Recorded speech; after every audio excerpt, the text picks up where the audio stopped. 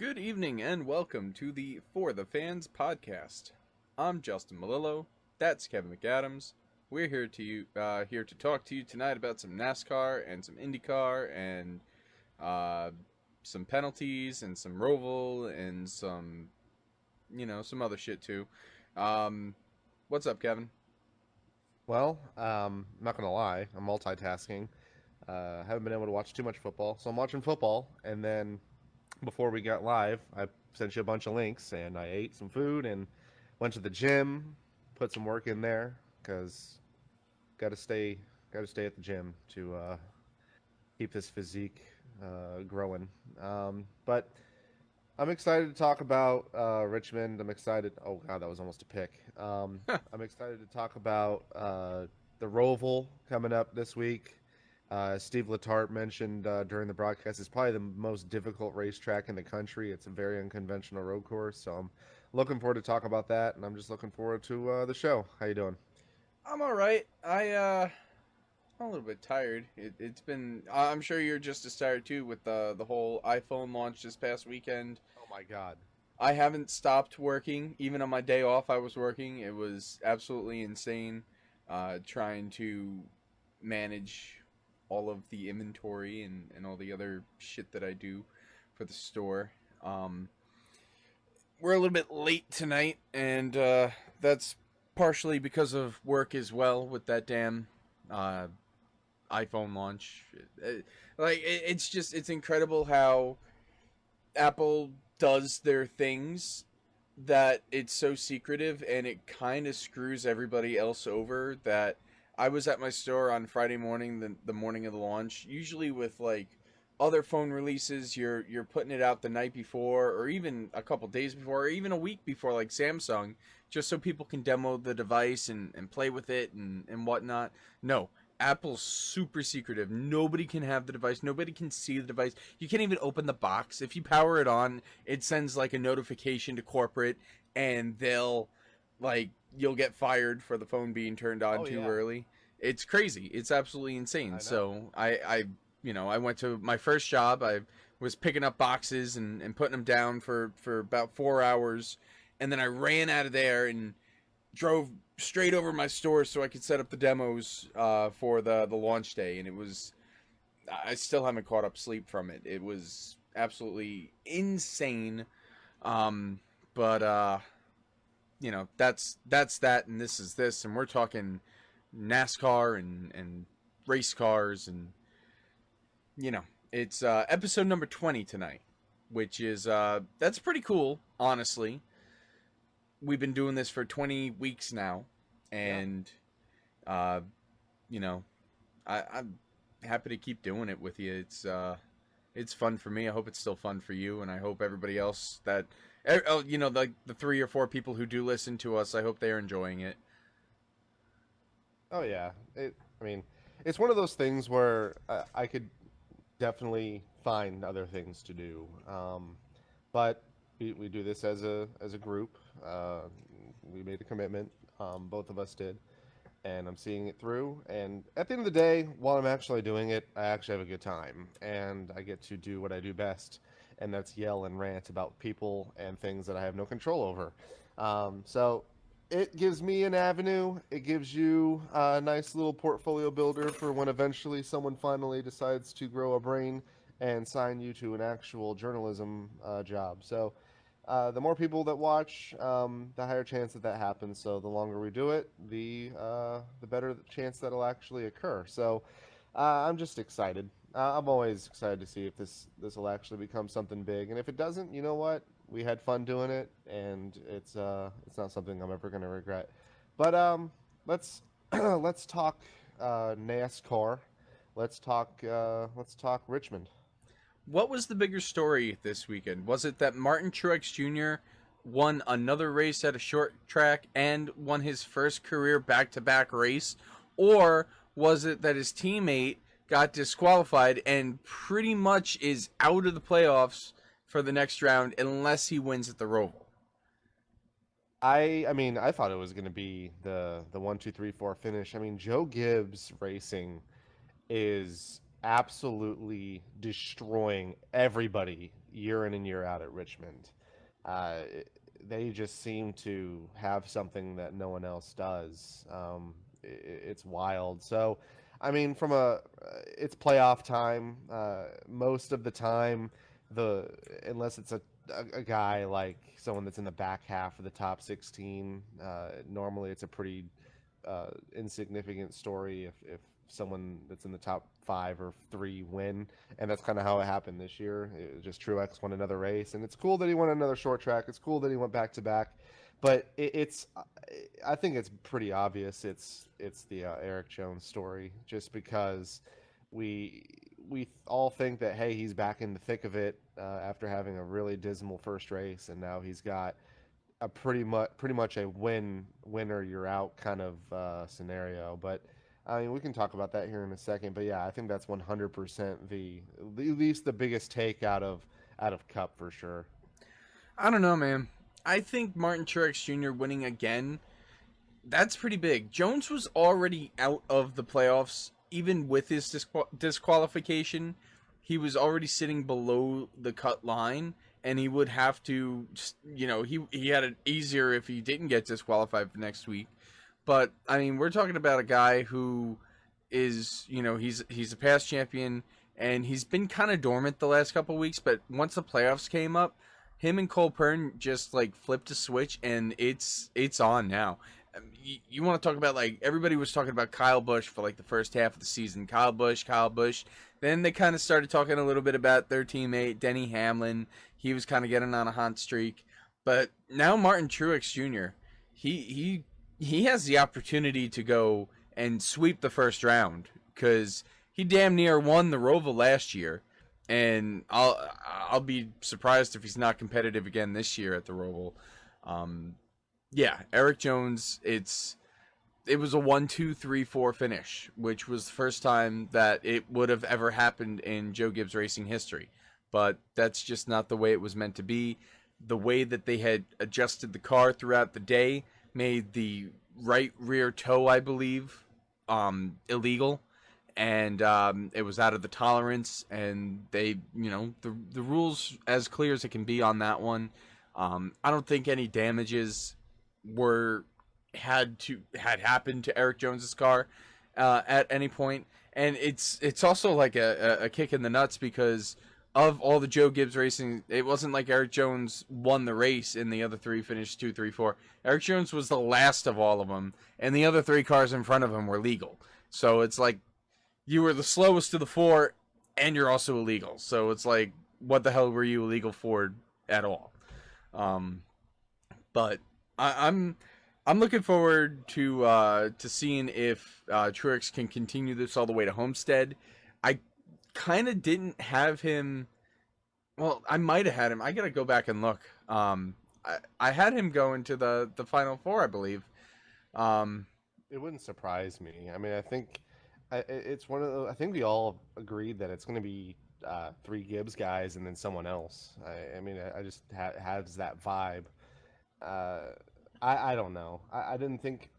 I don't think I actually put out a bracket, because man, it's so hard. It's so hard to do those, and then eh, the wind blows so quickly in NASCAR. One week you got a guy who's on fire. I mean, look at Alex Bowman. He went from getting all these second place finishes and winning a race to he finished like 20th or something this week. So he's been like out of the top 10 for a large part of the last 6 to 8 weeks. So it's like, it's so hard to make a decision. So I honestly don't have too much fun making those predictions, because it's just like playing lottery with like a 10% chance of getting everything right. It's I don't know. I don't remember. But Gibbs being 3 of the 4s, I think it's pretty much a guarantee at this point, because they are dominating the whole entire series, especially here at Richmond. Did you see the incident that occurred with Alex Bowman? Speaking of him, and Austin Dillon. I, the issue with me is these races are these night races. Most of the time, I'm doing other stuff. Even Sundays, I'm doing other stuff, and I think I missed it. I saw like a post about it, like a few days ago, like last night, I believe, after like a little bit after the race. So no, I did not see what happened. So basically, and I'm gonna try and pull it up here for the stream. Basically, what happened was Alex Bowman on a restart went and kind of got a little bit too aggressive, and he made a aggressive move into the turn and made contact with Austin Dillon.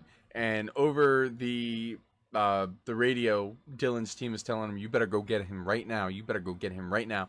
So Dillon goes and he drives it in the next corner and takes out Bowman and kind of hurts his car a little bit in the process. But I mean, it was a little bit, it was different to see, not different, but it was maybe a little bit cool to see that a little bit of tempers were flaring at the short track. So Oh, I'm looking at it right now. It's on NASCAR's homepage. it is on NASCAR's homepage. Let me go and pull that up then. But yeah, I welcomed it. I like seeing when personalities clash. Not Oh yeah, no, I love it. It's like these fans, like they criticize these guys for having like an opinion, like just shut up and drive. Like your job is to drive, not talk. It's like, but then like everyone's favorite driver back in the day was like Dale Earnhardt. It's like what hypocrites, like that's what he was. He was a guy that talked, and but he also like showed up, and I think that's the one big thing. A lot of these guys um, don't show up in terms of overall talent. I mean, we always criticize Ricky Stenhouse Jr. Everyone's nickname for him is Recky Spinhouse, and I mean he kind of showed his colors that he also is not perfect, and he wrecked the leader in Truex. Um, but it's like a double edged sword because you don't want these guys like just totally wrecking each other because that's no fun. Eventually, it just becomes like monotonous and honestly annoying. But we're at a short track, and Richmond's one of those races where it's probably the best track on the circuit in terms of it has everything. It has it's a nice sized track. It's 3/4 of a mile, so it's classified as a short track. It has multi groove racing. Once the grooves come in, it's got handling components because they actually have the horsepower. They're still wheeling it off the corner. I mean, there's always that iconic video, that camera angle where they're coming to the finish line and they're 30 degrees sideways as they're hitting the line, and it's honestly a really really good track, minus the package. So it it's nice to see these guys bumping and banging each other, but honestly, at the end of the day, is Austin Dillon really in a place to be uh, making any kind of declarative statements that he's here to race? Because I mean, that RCR team has been pretty dismal this year, other than being able to qualify at the speedways. So it's just one of those things where I don't like that a playoff driver is getting wrecked, but it's warranted if he screwed Austin. It was and not for nothing. RCR they have had more speed I feel this year than they have had in years past. They just have had worse luck, and like you've said in previous weeks, people are making their own luck out there, and this definitely goes without saying that had Austin not gone and retaliated against Bowman and collected some damage, maybe he would have had a little bit better of a finish than he did have. Um, and that was just him going and making that decision, or his team making that decision for him to go out there and lay the bumper to Bowman. Yeah, he got a 22nd place finish, but imagine if he didn't do that, maybe he would have finished maybe top 15, maybe top 10. Um, and news came out over the week that his teammate is not going to be his teammate next year. Daniel Hemrick, he's being released from his contract with Richard Childress Racing, and all signs are pointing towards one of the big three from the Xfinity Series heading over into that seat. I guess we could talk about that when we get over to the Xfinity Series recap. But one thing that you sent me was this tweet right here from at Nick Olson, and it was passing data from last night, and it goes up against the previous Richmond 2 races where it's pretty crazy. It shows basically every race since 2014.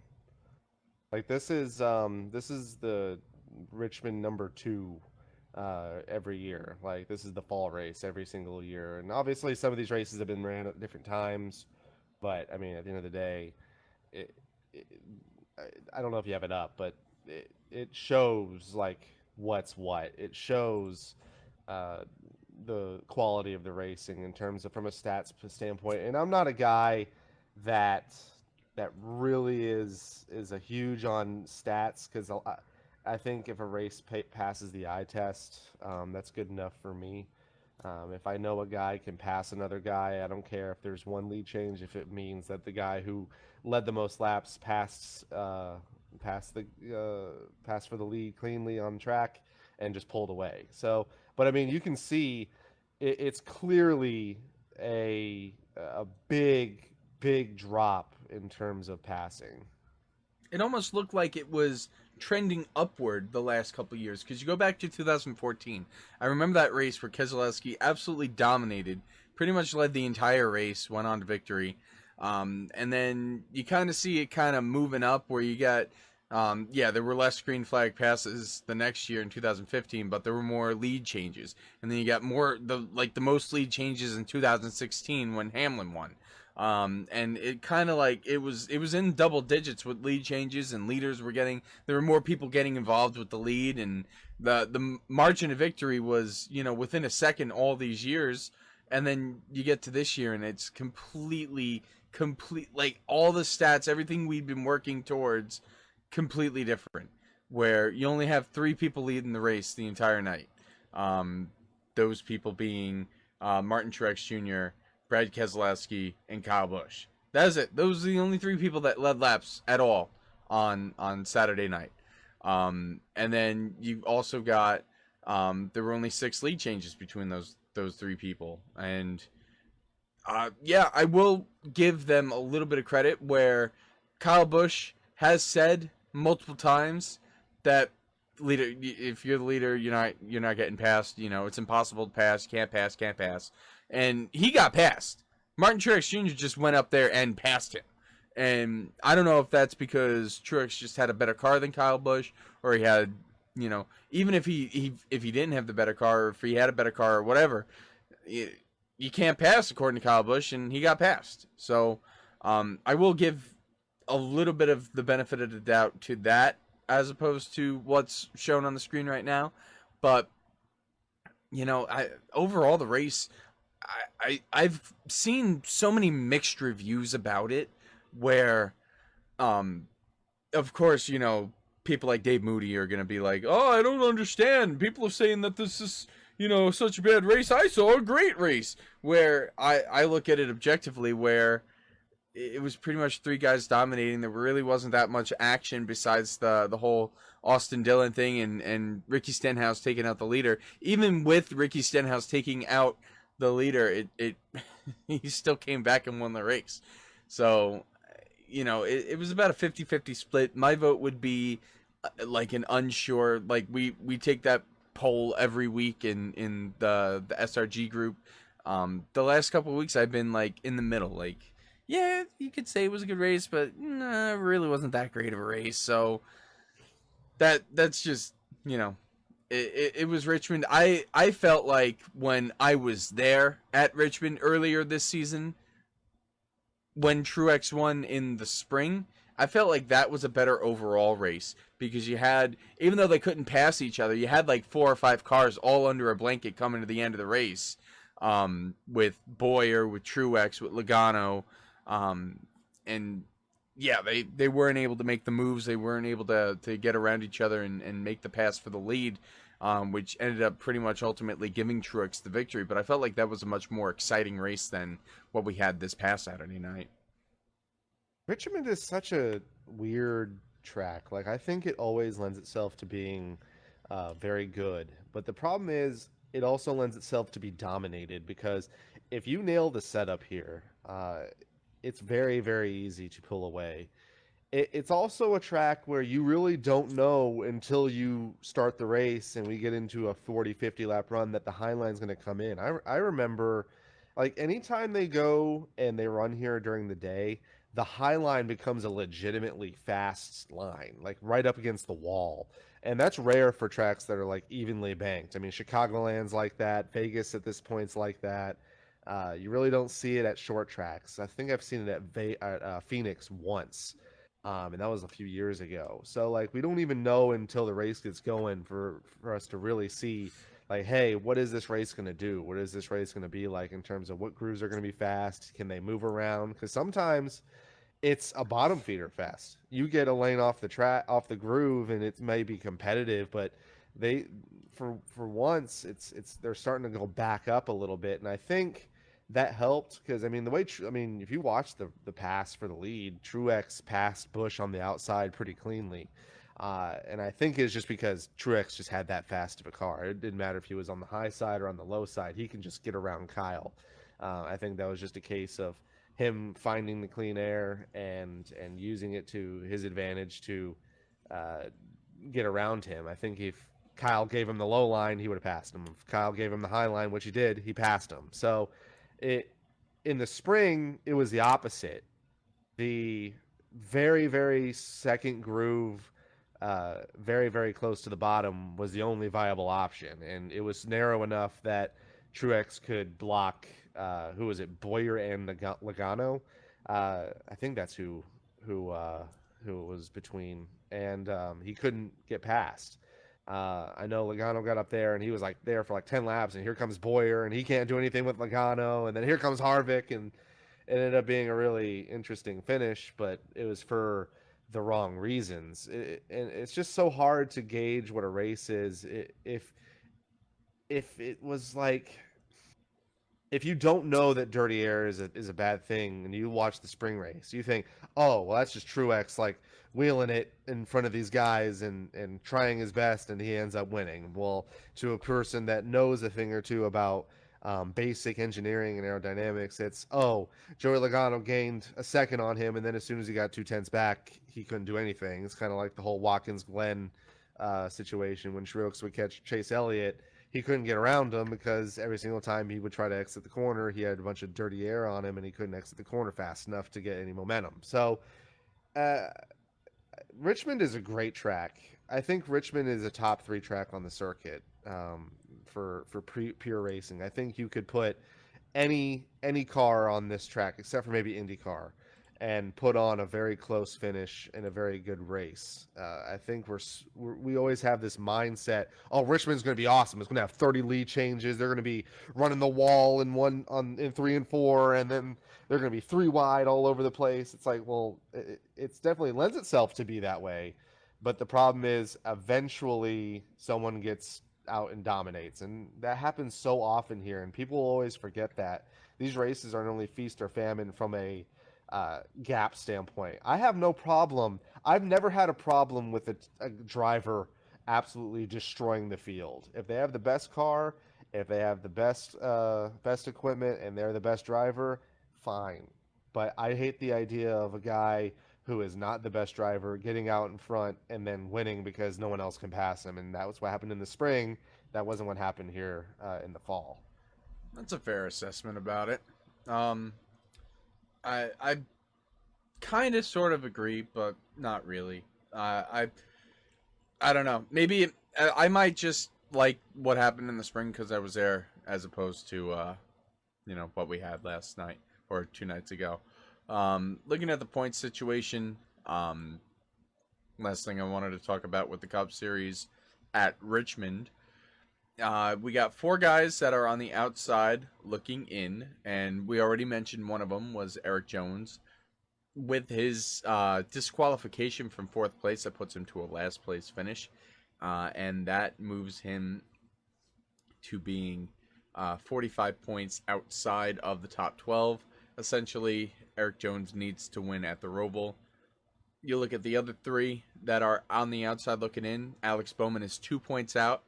Clint Boyer is 4 points out, and Kurt Busch is 14 points out. All manageable. All three of them could point their way in. William Byron's on the bubble right now. He's got that 2 point gap over Bowman. Eric Almirola's got a point ahead of William Byron. Ryan Blaney, who won the Roval last year, albeit not because he was the best car, it was because the top two wrecked each other in the final corner. Still, though, Ryan Blaney, defending Roval winner, he is 8 points ahead of the cutoff. And then Ryan Newman, he might advance. I didn't think he was gonna, but because of the troubles that guys like Kurt Busch and Eric Jones have been having, Ryan Newman, he's got a 14-point advantage right now over the cutoff. And if he has another Ryan Newman-esque day at the Roval, he'll be advancing to the round of 12, which is pretty incredible considering that he was the bottom seed going in. You look at Truex, Harvick, and Busch, the big three from last year. All three of them are locked in the next round. They can go out there and do whatever at the Roval, and it doesn't really matter because they're going to still move on to the next round. Keselowski, Hamlin, Logano, they're in pretty good situations. Elliott's kind of, I mean, if he has like a completely horrible race, he could be out. Same with Larson. But yeah, I feel like it's really going to come down to 9th through 15th for seeing who makes that top 12.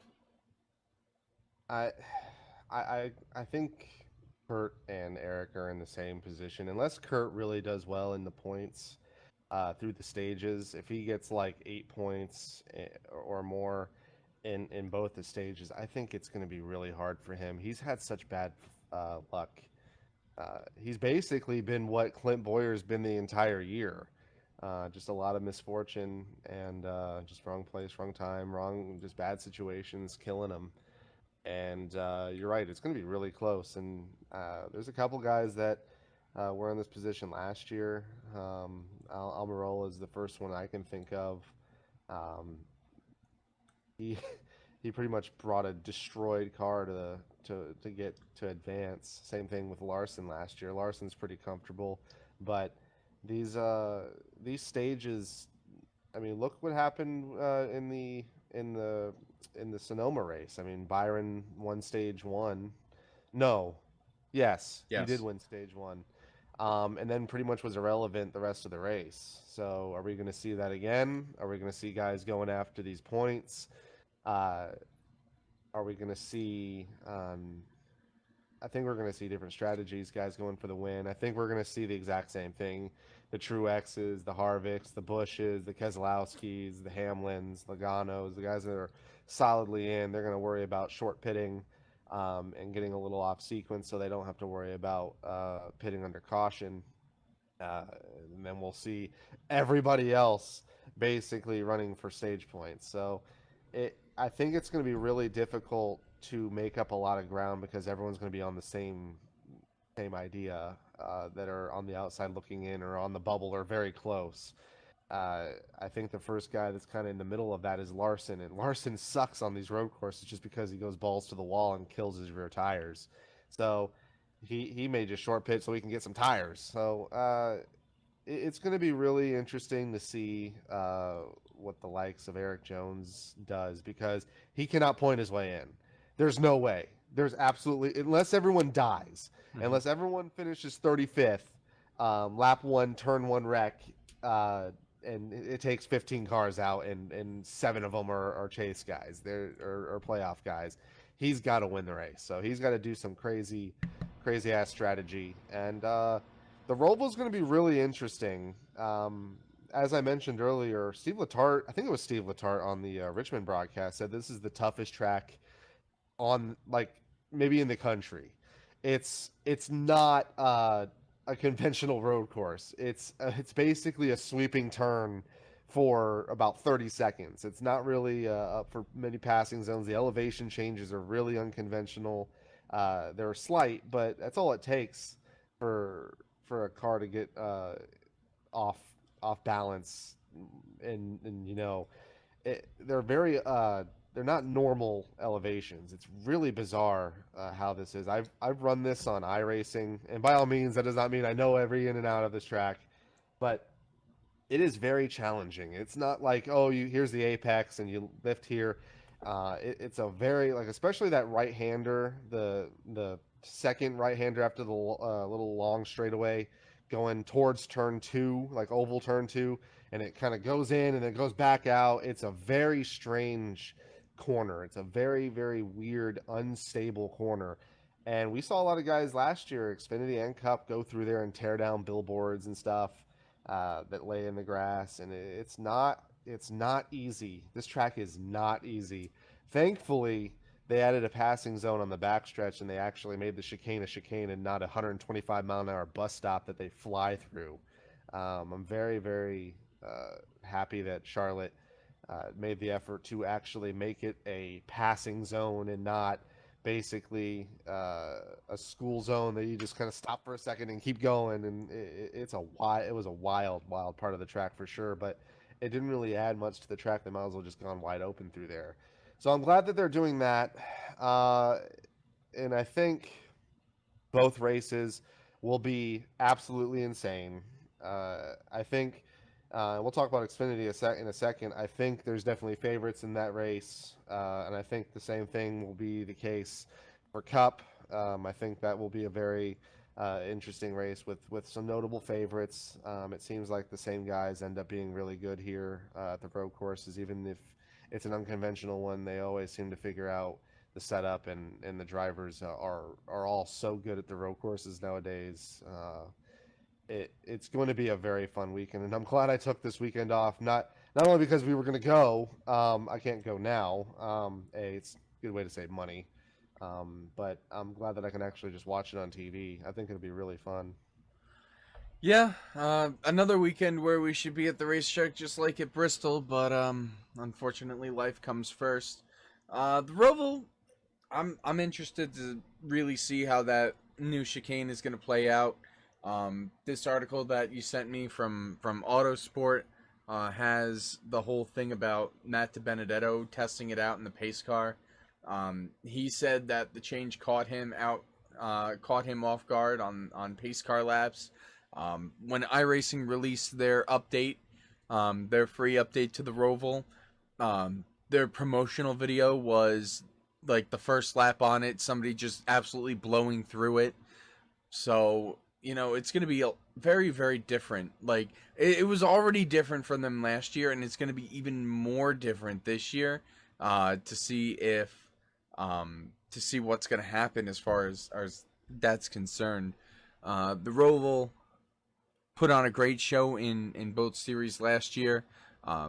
3 series are going to be heading to the Roval this year, starting tomorrow night with the iRacing series. So, right, it is, 24th. So, the iRacing Peak Antifreeze series is going to be there. They're going to be the first official NASCAR series on the new Roval layout, and they're going to be deciding who's going to be making their championship for tomorrow night. Nobody's locked in yet. And then Xfinity Series and then Cup Series. And the Xfinity Series, they raced at Richmond as well. And it was Christopher Bell who went on to win at Richmond and advance to the next round in the Xfinity Series playoffs. You gotta talk about this one, Kevin, because like I told you before, because of that damn iPhone launch, I was at my store until almost midnight trying to do everything on Friday night, so I didn't catch a single lap of the Xfinity race. I'm really sad about it. From what you've told me, though, it just sounds like Christopher Bell was just absolutely dominant on Friday night. Yep, it was pretty much the opening act to the whole Gibbs domination. It definitely started off with Christopher Bell absolutely destroying the field on Friday night. He pretty much did the same thing at Iowa with a different finish. That ended up being just because of tire strategy. Chase Briscoe had better tires than him, and he did the same thing. I think he led 4 more laps than he did at Iowa. Instead of leading 234, I believe he led 238. of 250, and long runs, short runs, he could do it all. Like he was so far ahead, uh, he could just ride a 3 second lead, and 3 seconds at Richmond is a lot. That's a significant amount in terms of overall like track position. So eh, the only real guy that seemed to have anything for him throughout the whole entire race was Cindric, and he was the pole sitter. And even then, he had a long run car. Despite winning the pole, he had a long run car, and he was the only guy that led more than 5 laps. Brandon Jones led some laps, and I think that was all because of strategy under caution. Cindric led a few laps at the beginning, and that was about it. So Christopher Bell absolutely dominates. The one thing that was a bit surprising was how off Tyler Reddick was. At one point, he was like solidly 20th. Like he was way back. I mean, guys that had no room to even talk about how talented they are compared to Tyler Reddick were beating him. I mean, there were guys like Bassett in the 90 beating him. Joe Graf Jr. was ahead of him. It was rough. It was a really rough race for the most part. And there's an article somewhere. I don't think I linked it to you, but there's an article. He was like baffled that they even got 10th. They were that far off. So for him, throughout the year, a 10th place finish is pretty insignificant. It's a pretty bad race. But for him, it's a moral victory just because they rebounded from having an absolutely terrible car and getting it into the top 10. So good for him. What little effort they did to get it back up to 10th. Or no, he finished 9th. No, he did finish 10th. Okay. Um, and then, like I said, with Cindric was really fast. There was a period he was about 7 seconds behind Bell, and Custer was about 2 seconds behind Bell. And Cindric caught Custer at around 3 seconds back. And there was a point where, because of traffic and because of the lap cars and because he was that fast, that Cindric was about a second and a half away from Bell. And give or take a couple lap cars getting Bell's way, we might have actually had a pretty decent finish for the win. And obviously, I'm sure Bell wasn't going 100%, but to make up 5-6 seconds is pretty impressive. So, I mean, that 22 car is definitely not the one to beat every week, but they are definitely improving. They'll definitely be the one to beat at the Roval, just because Cindric is such a monster on the road courses. It's easily his best form of racing. He has that in his background. He's done IMSA stuff, as we mentioned in the past. He won Road America, he won Mid Ohio, and I don't see anything. Not he did not. No, he won Watkins Glen in Mid Ohio. Bell won Road America. Right. I'm getting I forget they go to 3 road courses. So I think he's going to be the favorite. It's such an unconventional track. I think it takes a guy who's been everywhere. He's been on so many different road courses, and he's done well on all of them. I think he's clearly the favorite. Bell's obviously up there. Custer, we'll see. Reddick, same thing. We'll see. Briscoe should be fast. He seems to do pretty well at the road courses. Allgaier should be fast. He seems to be doing pretty well at these road courses lately. But it's looking like it's going to be between Cindric and Bell at the Roval. One last thing I wanted to talk about. At the very end, we had a little bit of a special needs brawl in the back. We had Joe Graf Jr., probably probably the closest thing to a John West Townley that we've seen in a while in terms of someone that's in a top ride. Funny enough, in the 21, which is the same number that John West Townley had when he was with Childress. Just a terrible driver. I'm not saying I could do much. He's DNQ'd twice. Right. He's DNQ'd twice in Childress equipment, which, I mean, there's a guy that's winning races there in the same cars. So take that as you may. But him and John Hunter Nemechek are battling each other to the win, and John Hunter Nemechek tries to take out Graf and ends up taking out himself. I don't foresee I don't know what's going to happen to that 23 car next year. There's a lot of rumors that are saying that they're going to scale back their Xfinity Series stuff because I mean the whole point of that car was for Spencer to be in there in the first place, and then Nemechek kind of bought his way in, uh, and is trying to make a full effort at a season. It's just not working out for him. I think he's a good driver, but there's definitely guys out there that are better, better equipment, just a better overall, higher ceiling. So you hate to see him take himself out like that in an embarrassing fashion, but I thought it was pretty funny that those two guys are probably not going to be around much longer, at least in Xfinity. It's just a really bad look, not only on Nemechek but on Graf in terms of. I put Graf in the same limelight as like a Riley Herbst, a guy who he probably has a top 5 car and he manages to put it 15th. I'll never understand that one, especially with how much experience both those guys have in the lower ranks. So, but that's pretty much it in terms of Xfinity. It was a very blah race. Nothing really much happened. There were 5 cautions, but a lot of it were pretty insignificant. I can't remember anything big really happening. I know the 66 wrecked, and that was about it.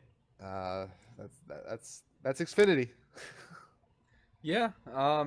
It was funny. I was pulling up that article as you were starting to talk about it with John Hunter and Joe Graff, and I do have a video here for everybody. This is after the race. This is the contact that happens here. Uh, this is now on the cool down lap. Nemechek just drives into him and takes him out and then spins himself out. This was the initial contact right here coming to the line. But yeah, I mean, yeah, for lack of a better, no, I'm not gonna say it, but it was just it was dumb. It was a blank brawl. Yeah, it was. No, You know what I'm gonna say, and yeah, that's pretty much what it was. Remember when the rumor was that Spencer Gallagher and GMS Racing, they were gonna buy the Furniture Row Racing charter, and they were gonna bring the GMS Racing to the Cup Series, and Well, the rumor was that they were gonna field Kane. Like that was like the whole big rumor that here comes GMS with support from Hendrick, and they're basically gonna run a 5th car and have Kane in it because they're bringing up someone else like Byron. It was one of those things where I forget who told us that. I think it was Cody Ware. Um, Boy, was he wrong. he still has me blocked on Twitter, Seth. Oh, whatever. Who cares? I care. But yeah, it's just the reason I bring that up is because if GMS doesn't come back to the Xfinity Series next season, one thing is that's one competitive, quote unquote competitive car that's not going to be back in the ranks, and they're already struggling to have competitive cars in that series. So that's one competitive car not coming back next season if that rumor holds up to be true. And then the other thing is that they're only running 2 full-time trucks currently. They in past seasons they had multiple trucks, like 3-4 trucks, and now they're only running 2, and only one of them made the playoffs with Brett Moffitt. Sheldon Creed didn't make the playoffs. So it's like, what's happening with GMS right now behind the scenes is Maury Gallagher just like not interested in doing anything NASCAR now that Spencer's not interested? Like, it's kind of like blowing my mind that they could go from the next big thing to barely holding on. But yeah, that was about the only thing I did see about this Xfinity Series race, was this incident between these two dummies. But yeah, that was Xfinity Series, and you can already know that we talked about it last week. Brandon Jones is currently out, Ryan Sieg currently out, Justin Haley currently out, and John Hunter currently out. And it's a pretty decent gap right now back to 8th place. Noah Gragson has a 15-point advantage over Brandon Jones, 8th to 9th place. So if this continues, it's pretty much going to be Jones, Sieg, Haley, and Nemechek not advancing, and the 8 that we figured were going to move on are going to move on. So yeah, they're racing at the Roval, like I said, this weekend, and I fully expect Cindric, and I fully expect Fords to be very dominant as far as Cindric and Briscoe are concerned. It it we kind of predicted it. Xfinity's kind of been the most predictable outcome in terms of the playoffs, and just because Brandon Jones, we both think that he's always underperformed. Sieg, he's basically in hand-me-down equipment from, I believe, Childress. Same thing with Haley. They're getting RCR support at Colleague. I give them a lot of credit for being as good as they have been this year, winning races and competing for wins at the plate races and at the road courses with the right drivers. Justin Haley has definitely improved in terms of his performance. So even if he finishes top 10 in points, or he finishes outside of the round of 8, I still think that's a successful year for that team. Uh, we all think that it's going to be the top 3 that's going to definitely lock themselves into the round of 4. The biggest question is, I think we got 3 solid guys that are going to be vying for that 4th spot. I think the round of 8 is all but locked up. I think Noah's going to get bumped out. I think Annette's going to get bumped out. But then we've got Cindric, Allgaier, and Briscoe, and they've all had their misfortunes and their inconsistencies, but they've also looked really good. Briscoe's win obviously came because of pit strategy and getting newer tires on his car, but hey, a win's a win. Cindric's gotten wins at only the road courses, and he hasn't really shown much dominance at any of the speedways, with the exception of running really well at Richmond at the end. But hey, a win's a win. Allgaier, it's the complete opposite. He has shown that he can dominate a race, and he has shown that he can lead hundreds of laps in a race, but he has nothing to show for it except for some playoff points because of stage wins. But once again, those points matter now, because if he didn't have those 12 points, he'd be only 9 points to the good. So kudos to him for showing that he can do that. It's going to be really interesting, and I think we're going to be parroting this for a while, just because it's going to take some time for that to actually develop. Or we're going to be going into Phoenix not really. I don't think we're going to really see until the very end.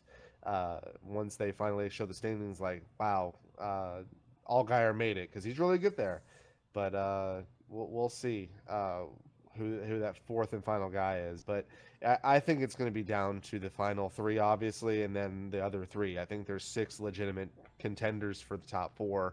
I don't really see Annette doing much anything, and I really don't see Gregson, unless he pulls something crazy out for those 3 races. I really don't see him doing much either. I completely agree with everything you just said. It's a 6-man race. It's really a 3-man race, but it's a 6-man race to see who gets into the final 4. And I think 3 of those spots are already locked up with Bell, Custer, and Reddick. Unless something crazy happens in those final 3 races, where somehow you get a Briscoe win, an Allgaier win, and a Cindric win, and then it's between Bell, Custer, and Reddick to see who gets in on points. That would be pretty crazy, but I highly doubt that's going to happen. But that's what we got in the Xfinity Series. One series that did finally end their season this past weekend on Sunday was the IndyCar Series. They had their finale at Laguna Seca, which is different because normally they have their finale at Sonoma Raceway, which is same state, just a little bit different part of the state. And yeah, they ran, and 4 guys were eligible to win. It could have been Newgarden, Joseph Newgarden. It could have been his teammate Simon Pagenaud, who won the Indy 500 earlier this year. It could have been Alexander Rossi, who has been arguably one of the most, one of the biggest forces out there. He's just had some luck not go on his side. And the final driver is the ever championship contender. Like, he'll always be in it as long as he's racing. That's Scott Dixon. And the 4 of them went in, all looking to win their win a championship this season, 2019. And it was Newgarden who who was victorious. Colton Herta, who won earlier this season at Circuit of the Americas. He caps off the season with another victory, his second of his career, second in his rookie season. And now he's going to be racing for Andretti Autosports next year. But yeah, it was a pretty compelling finale at Laguna Seca. And you know what? Newgarden played the strategy correct all season, and just he had the most points at the end, and that's what it takes to win this championship, to win this Astor Cup. I'll be honest, I really didn't pay attention much to this year. Uh, I don't want to blame IndyCar for it because a lot of the times I didn't know they were even racing. Sad. Normally, I would see some kind of notice somewhere, Facebook, Twitter, my phone, because I have the NBC app. I have the NBC Sports app. So I just feel like they didn't really advertise enough to me because I would definitely, uh, I would definitely watch the races. They end up being really compelling just because the strategy is always interesting. There's always some random guy in front midway through the race, so it's it's good to see that they. I saw an article that basically says that the series is on the up, which is great. I think if IndyCar can even get to even ground with NASCAR would be a massive win. And it seems like they have the formula to add more teams. The one thing that they have over NASCAR is parity. Anyone can win. I mean, there's obviously favorites every week, but it seems like there are definitely more teams up front. It's just it's a definitely a different game in IndyCar because road courses the driver means so much. Ovals the cars are so close. I mean we've seen a bunch of different teams coming out and showing out and showcasing their speed. I mean Takuma Sato, oh my god, the dude has 2 wins. It's like how and the Dale Coring guys, Bourdais and Ferrucci, were balling out at Gateway. I mean, that's awesome to see. You don't really see that in Cup and in NASCAR. You don't see like these lower end teams showing out and putting in work and leading races and winning races. So they're doing things right. The cars are close. The engines are close. Obviously, like I mentioned before, there's definitely favorites: Ganassi, Penske, Andretti. They're always on the very top just because they have the resources and the sponsorship and the experience. But it's not as far away as it is. I mean, we didn't really touch up on it much this week, but man, it seems like week in and week out, there are guys that are just so off pace, and you know where they're going to finish. You know where a front row guy is going to finish. They're going to finish between 18th and 30th. You know that a premium motorsports car is going to finish 33rd to 38th. You know that that 96 car that Kligerman drives. I forget the name of the team off the top of my head. Oh, Gaunt. Is that what it is? I don't know. Gaunt Brothers. Gaunt Brothers. Yes, there you go. You know they're going to be in 32nd or 34th. It's not like that with IndyCar. I mean, you know where these guys are going to finish, but there's that big chance that we're going to see an upset win. It happens all the time. It happens so often in IndyCar, and it does not happen. It seems like at all in NASCAR. We'll never see a David Gilliland in a black '84 car in Xfinity or in Busch win. You'll never see that happen. You'll never see Parker Kligerman driving through the field because he nailed the setup and winning a race at a speedway or a short track. That'll never happen. Not in the climate now. So that's one thing that IndyCar has. Another rumor that I saw was that they're looking to go the opposite direction that NASCAR's going. They're looking to make these cars faster, make them have more horsepower, take more downforce away so the racing is better. It's a weird concept. Less downforce and more horsepower equals better racing. It's almost as if that's been the formula for decades. For some reason, NASCAR is being told by armchair engineers that are yes men to like Steve O'Donnell and Brian France, even though he's not around anymore. It seems like they're just listening to the wrong people and they're not listening to common sense.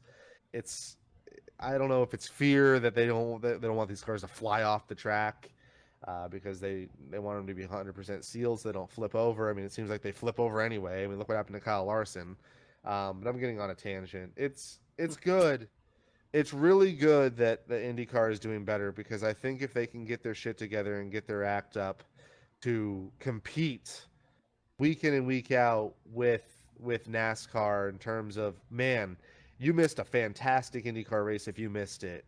Uh, there's been a lot of cases of that this year, and I think if they keep going in the direction they do, eventually we might see 28 to 30 competitive teams in IndyCar because Lord knows that's not what we're seeing right now in NASCAR. There may be 40 cars on track, but only about 15 of them can win week in and week out, and it's it's it's definitely not a huge title shift, but it's a step in the right direction for IndyCar, and I think the deal and the rumor of Delara showing up and possibly helping out NASCAR is a good thing, and I think that's a good relationship that IndyCar has right now in terms of making the cars equal. So good for IndyCar. I'm looking forward to paying attention a little bit more to next year because I really like watching Santino Ferrucci. A lot of people don't like him because of what he did in Formula 2 or Formula 3 overseas, but Get over it. he's a freaking awesome driver, and he's got attitude and he's got guts, and he'll put it where he shouldn't, and it works. So I'm excited to watch him grow as a driver, and I hope I get to see him win soon. Two quick um, points that I wanted to make. One of them being that the title sponsorship did change this year from Verizon to NTT Data. I know that being a Verizon customer myself, I would get those Verizon notifications, and I know you would get the same. Um, Maybe that might have been part of it where we just weren't getting those from the carrier being the title sponsorship this year, and that's why I also found it a little bit difficult to find when races were going to be on. I had to actively go and search for them, whereas NASCAR, I've got them built into my Google Calendar, and it notifies me with plenty of time. Plus, I know there's going to be one every weekend anyway, so it's a little bit easier with that. The second point was a point that was made by our friend RNC, where the finale, yeah, it was. I was compelled by the end of that race just because I wanted to see if Pagano could get around Scott Dixon at the end there and try to go for the win. Because if Pagano could have got up there and won that race, he would have been the champion. Newgarden finished all the way back in 8th, and Pagano, all he had to do was win, but he just could not get around Dixon for the life of him, and that ultimately cost him a championship. So the point that RNC made was that the finale should be an oval track, and I tend to agree with that because I feel like, yes, it was a good race, but I mean, you're not going to get that, you know, you don't know what's going to happen feeling, because at ovals it's definitely a lot more unpredictable than it is at road courses. Granted, some road courses, if the strategy plays out, or if something happens mid race where strategy gets completely botched, you could have guys like Sato or Bourdais or Ferrucci up there. Even Herta's first victory at Circuit of the Americas was because of him just being in the right place at the right time. His win this weekend at Laguna Seca was him being the fastest car, but his first win was definitely because of strategy. So you do get that sometimes at these road courses, but at ovals, it pretty much is, you know, anybody can go up there, and they do have a pretty decent package. Not as good as it used to be, but if they put this finale, I had mentioned like Homestead. Of course, the obvious one is Auto Club, because we've talked about that in the past being one of the greatest races of all time. Just IndyCar is just too pussy to go back there. Auto Club is one of them. Homestead, I would say, would be one of them. I would even be inclined to do like maybe an intermediate track, like a Gateway, or maybe Gateway was a very good race this year. it was a good race. Really, Yeah. really compelling. So I mean, yeah, I agree with you. So I would like to see that, and another point that RNC brought up was doing half and half schedule where it's half oval, half road courses, and bringing back the road course champion and the oval champion, and having the overall champion as well. So I would definitely like to see them go back to that. Honestly, I like the amount of road courses, but I also like having more ovals. If maybe they don't have to have a 17 race schedule. They could open it up and do maybe like a 20 race schedule and do 10 and 10. I don't see what the big deal would that be. You know, take away one of the stupid dual races at Detroit. It's stupid. I hate that whole thing. I've never been a fan of it. Take one of those dual races away. Just have one race at Detroit, and then add a couple ovals in, like Auto Club, Homestead. Um, you know, I I I agree with you. If you've never seen that race, and a lot of people have, obviously, it's one of the it's one of the few IndyCar races that people seem to remember. I would love, even if it's like how it used to be even before that race, because that race was insanity. They were a lot closer than they were ever. Like they just had more downforce, and it lended itself to be a really good race. Even if it's like spread out, and there's guys that are 3 4 seconds ahead, and it ends up being really close, obviously to start the run, and then as the tires get older, they're really lifting and they have to explore different lines. I'm okay with that. I'm okay with it being that kind of racing, and it's really unfortunate that they don't go to Auto Club. I mean, it's Penske's track, and it's probably at this point one of the most diverse tracks in terms of the racing grooves. You can run on the apron, you can run all the way on against the wall, you can run three grooves off the wall in the middle. It's got so many options to race on, and it's just I feel like it's such an injustice that it's not being used more. It should not be just used for one goddamn cup race. It's like, come on, this racetrack is so good. And eventually they're gonna have to ruin it and repave it. And I really don't want that day to come. It's gonna be like Atlanta, where they're gonna repave that sucker and it's gonna suck. It's gonna be a terrible ass race. It's gonna be a fucking plate race for a little while. So I don't know why they don't do it. I don't know why they don't consider Homestead. I mean, I guess it's because of ISC. I mean, I don't know. well, I really ISC is not going to be a thing probably next year. no, but I mean, it's still a NASCAR entity. I mean, that's the only real difference. Is I mean, ISC was basically just NASCAR rebranded. It's like the same idea as like, well, you got uh, Papyrus, which is owned by Sierra. It's like, oh, it's the same shit. Um, you got Doritos, but it's owned by PepsiCo. It's the same shit. Uh, so that, I don't think that changes anything. But I think Homestead would be awesome, just because that track is worn in so well. It's an abrasive surface, so they'd have fall off. They'd have a ton of fall off. Uh, I think it would be incredible just to see them go from the bottom to the top, and I don't think we'd see much of the slingshot passing that we see at like Auto Club, just because the track is not as long in the straightaways. I think even like Gateway has the same, if not longer, straightaways than Homestead. But I think the racing would be pretty compelling, and I think they'd slow down enough. I mean, they go 220 miles an hour at Texas. I don't see why this would be an issue. I think it's even safer than Texas. So I agree with you. I think what one issue that IndyCar does have is the inconsistency of their schedule.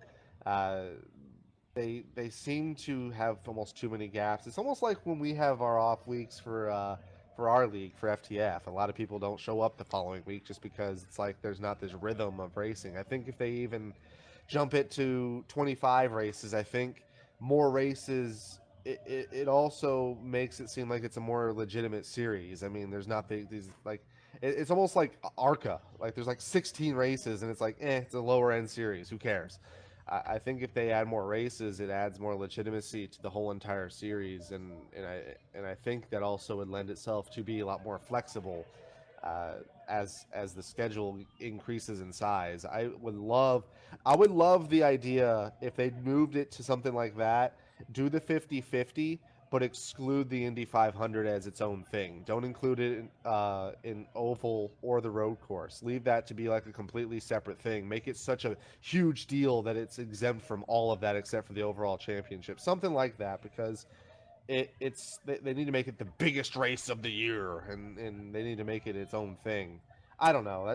It doesn't matter to me. I don't care what they do with it. I just think that would be a cool idea if they ever expand it to that size. But the 50-50 rule is cool, just because you have obvious road course ringers, you have oval guys, like Edgar. It'd be cool if Ed Carpenter won a championship because of the oval stuff. I think that'd be awesome to see. But I think the sport's on the up and up, and that's a good thing for not only race fans, but I think it's a great thing for IndyCar. Yeah, I agree. While you've been talking, I've been playing the clips from the last race that they ran at Auto Club, and the whole reason why they're not going back there is because that last lap wreck pretty much that just came across the screen. But yeah, I mean, I love IndyCar. I've been an IndyCar fan for many many years, and I would love to see them just continue to grow and get better, just as I want to see NASCAR continue to grow and get better and all that stuff. But congratulations to Joseph Newgarden on his championship. It was definitely a well deserved title. I'm looking forward to maybe next year trying to get back to the Indy 500 or something. I think we were talking about that. I'd love to do it maybe as media one time and get you guys in and or something. I don't know. Yeah, IndyCar, love it. NASCAR, love it. Episode 20, pretty much done. What do you got going on for the rest of the week? I know I ask every week, and it's pretty much the same work and blah blah blah. But it's always good to ask.